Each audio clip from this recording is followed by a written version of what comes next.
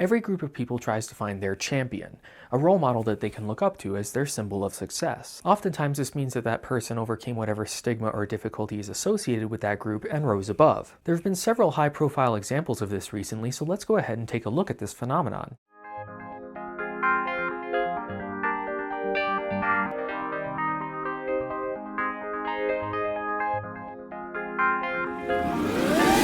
For those of you who are unaware, Overwatch is a first-person shooter game that aims to be very inclusive. It's a band of heroes brought together from all around the world. There are 4 Americans, a Chinese girl, a dwarf, a Buddhist robot, Harambe, and another robot. Basically, there's a hero for everyone, or at least someone that everyone can connect with in some way. A few months ago, Blizzard announced that there would be multiple LGBT characters, or that current characters would come out as LGBT. And this week, the first character was revealed. And by the first character, I literally mean the first character, the cover character, Tracer, the British girl. For the both of you that watched my bloopers earlier this week, you might remember this clip. Cheers, love! The cavalry's here! And you've probably noticed that of the characters behind me, she's the largest. She was obviously my favorite. Now that she's been confirmed as the first gay character in the Reflections comic, we'll never be together. Hello, darkness, my old friend. Okay, seriously, fanboy aside, I don't mind that a character in a video game now has a sexual orientation. She's fun to play, I love her personality, I love her accent, and she's a runner? The last thing on my mind was, gee, I wonder what sexual orientation she is. But that's probably because I don't belong to that particular group. You'll find that that's a common theme. People in a group will find those traits in someone else, whereas others outside the group won't see them at all. Since the first character has been confirmed as gay, the rest of the LGBT community is starting to claim their characters, usually based in little phrases or mannerisms here and there. But these are fictional characters. Nobody's gonna get angry or hurt if some of them turn out to be gay or transsexual. I take that back, some people will probably get angry, and nobody's going to get hurt. These are fictional characters. The problem is when you start to claim real-life people. I'll get back to that in a moment, but first, Overwatch has also been alluding to the fact that several characters might have mental disorders. And I don't mean sociopathic serial killers, although those probably exist too. I'm talking about normal, everyday mental disorders. Now hold on, if you're not an Overwatch fan, there is a point to all of this, so stick with me. But as another example, let's pick that guy.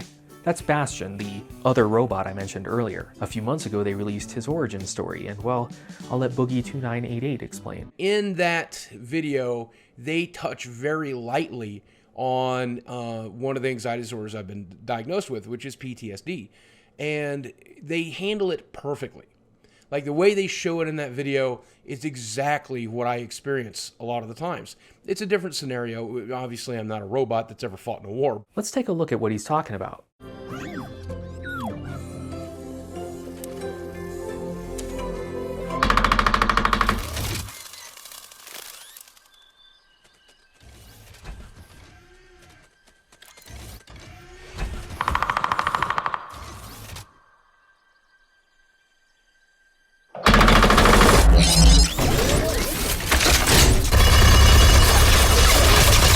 So yes, that is pretty much how PTSD works for combat veterans. If you're human, he is, spoiler alert, a robot, or an omnic to stay more faithful to the game terminology, so in all likelihood that's more of a programmed response to that sound, rather than a combat memory that continues to haunt him long after it should. But okay, I know, I'm just splitting hairs here. This one is fairly obviously supposed to be a PTSD reference if you watch the rest of it, but Blizzard still hasn't outright confirmed it. So let's look at a much more gray example. This is Symmetra, who recently got a... is there a term for unnerf? Anyway, if you type Symmetra into Google, look at the first buff. That's the term. Whatever. I like my way better.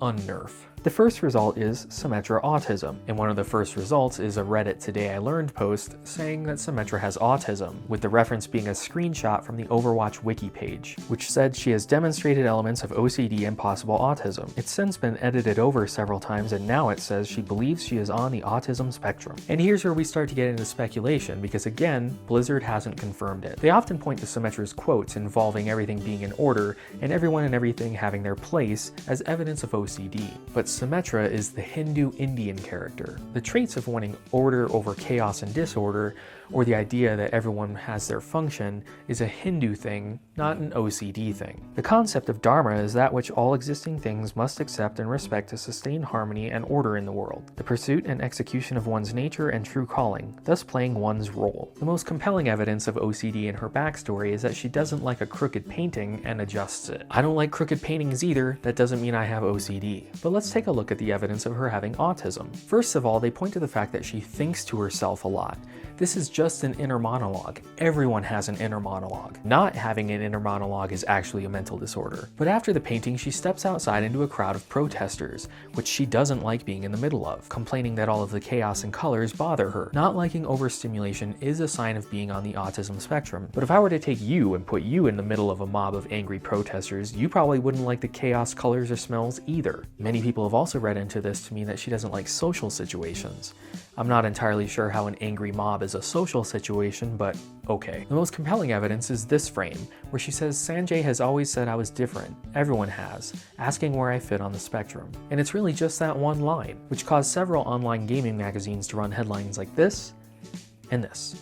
And this is the only line of the comic that has served as the evidence for the ever-evolving language of the Overwatch wiki. When I read that line, I read it in the context of her culture, where she fits in the order of things. But again, that's probably because I don't belong to that group, the group that identifies themselves as being on a spectrum. So when they read her inner monologue saying that people have asked where she fits on the spectrum, they read it as the spectrum that they are also on. Blizzard hasn't confirmed or denied any of the character traits, whether Symmetra has autism, Asperger's, or OCD, whether Bastion has PTSD, or even whether Tracer is actually gay, although that one's a little hard to deny at this point. And there's a reason that they haven't confirmed or denied it.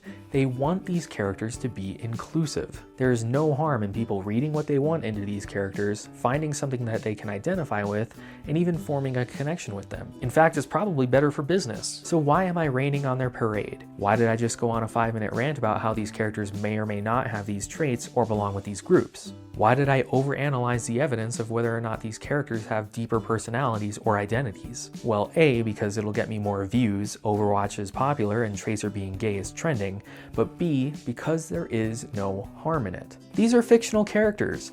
I don't care if Tracer is gay or Bastion has PTSD. I think it's cool, really. You don't have those sorts of character traits in games. If you read into Symmetra's story and think that she's on the autism spectrum, and that gives you a deeper personal connection with her, that's great. There is no harm in it, and it might even be beneficial since up until recently, the only pop culture reference of someone with autism was Rain Man. So let's step out of Overwatch and take a look at when it might actually be harmful. Like when you claim someone has something or belongs to a group, and they don't. A few months ago, Snaggletooth put out a video about the news that the creator of Pokemon had autism. I've been digging all day, and even on his Wikipedia page, it says no such thing as Satoshi having any form, mild or not, of autism. Now, I may be wrong, and if you have legitimate proof outside of a bogus-ass site claiming he has it, please do share.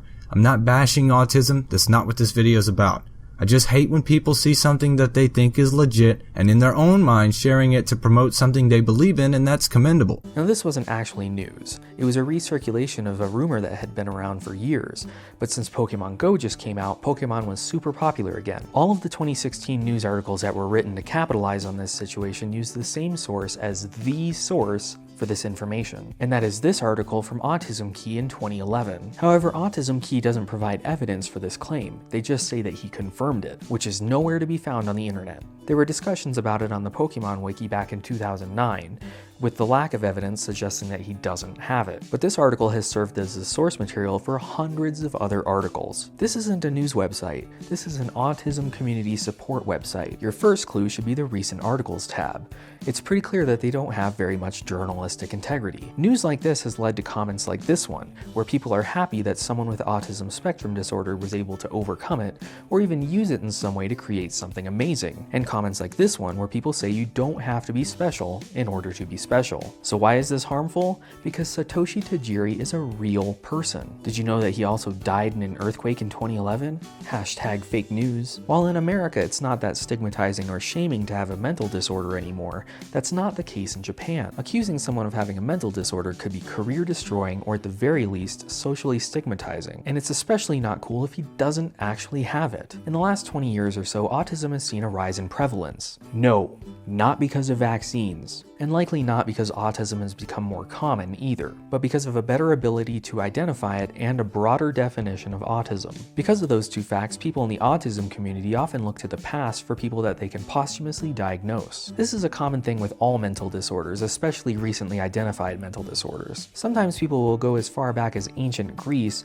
and claim that people like Plato or Socrates had social anxiety disorder or Asperger's syndrome because something in the historical records suggested that they were reclusive. Of course, there's no way to ever know if they actually had the disorder or that this was just some sort of quirk of their personality. Only a trained psychologist can diagnose someone, and only after hours of interviewing them. But a lot of the recent historical claims are aimed at Albert Einstein. For example, he has been posthumously diagnosed by the autism community as having Asperger's syndrome, which is on the high end of the autism spectrum. But as I said, there is no way to go back to diagnose him definitively. This need to find an idol or role model for a group or a champion for a cause doesn't just extend to mental disorders or sexual orientations though. It was also widely rumored that Albert Einstein was terrible at math as a child, a way for people who may be behind in mathematical ability to say, if he can do it, I can do it too. The problem is that that rumor existed when Einstein was still alive, so he was able to thoroughly debunk it, saying I had never failed in mathematics. Before I was 15, I had mastered differential and integral calculus. In 2010, the LDS Church launched the I Am a Mormon campaign, which aimed to deconstruct the stigma surrounding Mormons by having several prominent Mormons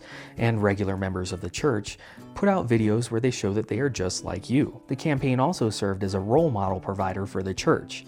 I'm a YouTuber, so I'm going to cherry pick here. I am a daughter of God. This idea that you can express yourself for who you are has completely changed the way my music is, because it's what I wanted to be before, and now I truly feel like it's what I am. My name's Lindsay Sterling. I'm a violinist, I'm a songwriter, I'm a YouTuber, I love to eat cereal, and I'm a Mormon. If you're on YouTube and you don't know who that is, I'm not sure what rock you've been living under. Her videos have literal billions of views, and I'm not exaggerating with that either. Just her channel alone has over 1.5 billion views. She lost on America's Got Talent, but then went on to be one of the first and most successful YouTube music artists ever. Mormons see her I'm a Mormon commercial and see, if she can be successful and part of the church, so can I. And it's not just Mormons. When Obama was elected, many people in the African American community saw their role model, and many white people recently found their champion president. There's nothing inherently wrong with looking for a role model or champion for your group. There's nothing wrong with pointing to someone like James Earl Jones, who had a stutter growing up and then went on to be one of the most recognizable voices in the world, as a model for success if you also have a stutter. The problem is when you try so hard to identify those heroes that you pick people that we can never know for sure if they actually had it, or you misidentify people as being part of a group when they're not. This was a big problem for actors and actresses who were accused of being gay in the past and still claim that they are not. Those people also happen to be the champions of another church. So the next time you hear that someone may have a mental disorder or that someone from the past may have had the same obstacles that you have, look to the present. Look for people who self-identify as being part of your group. Those are the people that you should model yourself after. Those are your champions, because now you know better. Hey guys, if you enjoyed that video or you learned something, make sure to give that like button a click. If you'd like to see more from me, I put out new videos every weekend, so make sure to make that subscribe button part of your group. I have a different idea for next week's video. I'm probably going to do a retrospective on my past videos of this year, so if you've seen any mistakes that you'd like me to correct or any ideas that I just touched on that you'd like me to expand upon, please leave them in the comments below. Or you could tweet them at me or post them on the Reddit or message me on Facebook or send a carrier pigeon. But in the meantime, if you'd like to see one of my older videos and pick it apart from mistakes, how about this one?